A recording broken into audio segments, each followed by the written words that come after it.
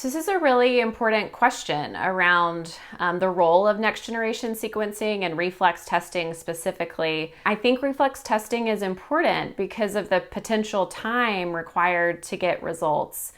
We know that patients do better when we are able to treat them with a targeted therapy first. And so it's important to have that information when you're meeting with the patient and talking about what the first steps are going to be.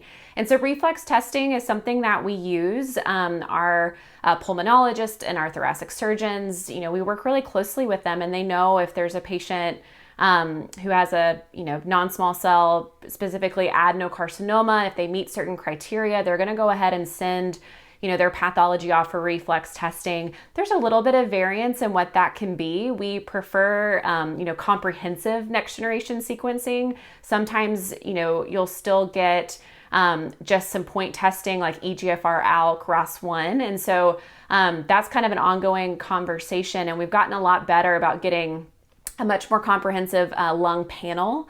But we always ask them to send tissue for next generation sequencing when we have that opportunity.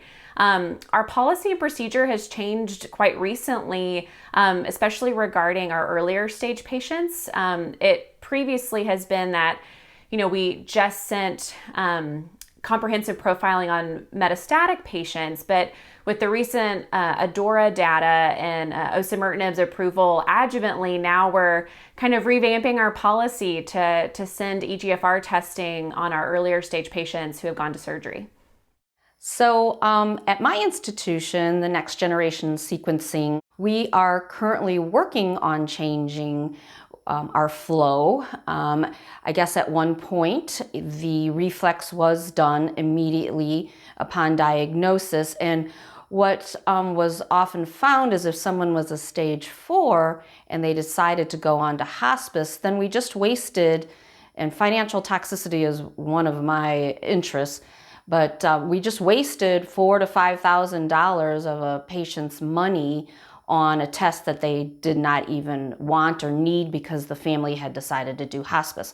So then our institution backed off, and the only thing that is reflexed right now is the PDL1, and it's done on site, and we often have that result in 2 to 3 days.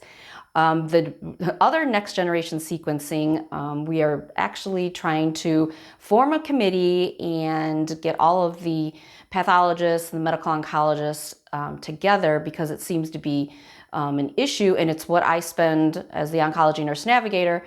I spend a great deal of time trying to chase people down to get the order, to make sure that pathology has gotten the order, to make sure that pathology has sent it to Foundation One. And so it's something that we're tracking, and we are making it as one of our COC quality measures to change how we can get this next generation sequencing in a more timely manner, because as a navigator, I'm very interested in timeliness to care. Our institution is working on things and working on changing our policies, but we're also trying to think of the costs for the patients as well. Currently at my facilities, if a patient has positive nodes, then it's automatic that they are sent off for the reflexive testing. So far, it's worked out really well. They use Foundation One and ProPath for getting their results. It's been a great help for the patients, because then we can more quickly get them that individualized care that we like for them to have.